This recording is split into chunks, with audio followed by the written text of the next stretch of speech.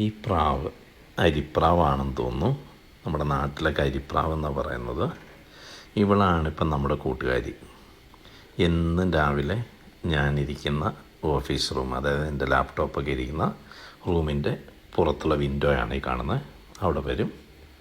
ആശാത്തി കുറച്ച് നേരം ഇങ്ങനെ ചിറകൊക്കെ വിരിച്ച് ഡാൻസ് കളിച്ച് പാട്ടുമുണ്ട്, ഒരു കുറുകുന്ന പാട്ടുണ്ട്. പിന്നെ ആ ഗ്ലാസ്സിലോട്ട് ഇങ്ങനെ ചുണ്ടൊക്കെ കൊണ്ട് മുട്ടിച്ച് അകത്ത് വരാനുള്ള തത്രപ്പാടാണെന്ന് തോന്നുന്നു. പക്ഷേ അകത്തോട്ട് വരാൻ വേണ്ടിയിട്ട് ഗ്ലാസ് തുറന്നു കഴിഞ്ഞാൽ, ആ വിൻഡോ തുറന്നു കഴിഞ്ഞാൽ പറന്നു പോവുകയും ചെയ്യും. പക്ഷെ ഇത് ഒരു ദിവസത്തെ കലാപരിപാടിയല്ല. ഇപ്പോൾ എനിക്ക് തോന്നുന്നൊരു 4-5 മാസത്തിന് മുകളിലായി ഈ ഒരൊറ്റ പ്രാവ് ഇങ്ങനെ വരും.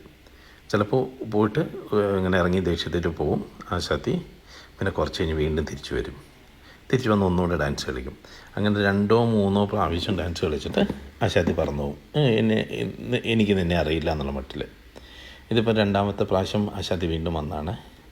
വീണ്ടും വന്നു വാലും ചിറകുമൊക്കെ വിരിച്ച് ആശാത്തിയുടെ ഡാൻസ് കളിക്കുക. ഇതിനോടൊരു പാട്ടുമുണ്ട്, നല്ല മനോഹരമായൊരു കുറുകലാണ്. ഞാനത് ഡിലീറ്റ് ചെയ്തത് എന്താണെന്ന് വെച്ചാൽ, ഞാൻ സൈലൻ്റ് ആക്കി വെച്ചിരിക്കുക ആ സൗണ്ട്.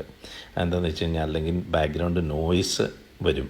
കാരണം ഇവിടെ സംസാരിക്കുന്നതും ഒക്കെ അത് ഒഴിവാക്കാൻ വേണ്ടിയിട്ടാണ്. കണ്ടോ, ഇന്നിപ്പോൾ 3 പ്രാവശ്യം വന്ന ആശാത്തി വന്നു ഡാൻസൊക്കെ കളിച്ച് ഗ്ലാസ്സിലോട്ട് 2-3 പ്രാവശ്യം കൊക്കുകൊണ്ട് ഇങ്ങനെ കൊത്തിപ്പെറുക്കി. കണ്ടോ, ഓക്കെ. അത് കഴിഞ്ഞിട്ട് ആശാത്തി എന്നാൽ ഞാൻ പോകുകയെന്ന് പറഞ്ഞ് ദേഷ്യപ്പെട്ട് ഒറ്റപ്പോക്കാം.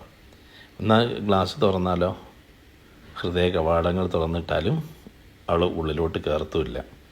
എനിക്ക് നിന്നെ അറിയില്ല എന്നുള്ള മട്ടിൽ ലാസ്റ്റ് പുറത്തോട്ട് പറന്നു പോവുകയും ചെയ്യും. ചില കവിതകളും കഥകളൊക്കെ വായിക്കാനുള്ളൊരു ഇതാണ്. ഇത് 5-6 മാസമായി ഈ ഒരു കലാപരിപാടി. നോക്കിക്കേ. ഇനിയിപ്പോൾ പതുക്കെ എനിക്ക് നിന്നെ അറിയില്ല എന്നുള്ള മട്ടിൽ ഇറങ്ങി അങ്ങ് പോവുക. വീണ്ടും കാണാം. ബൈ.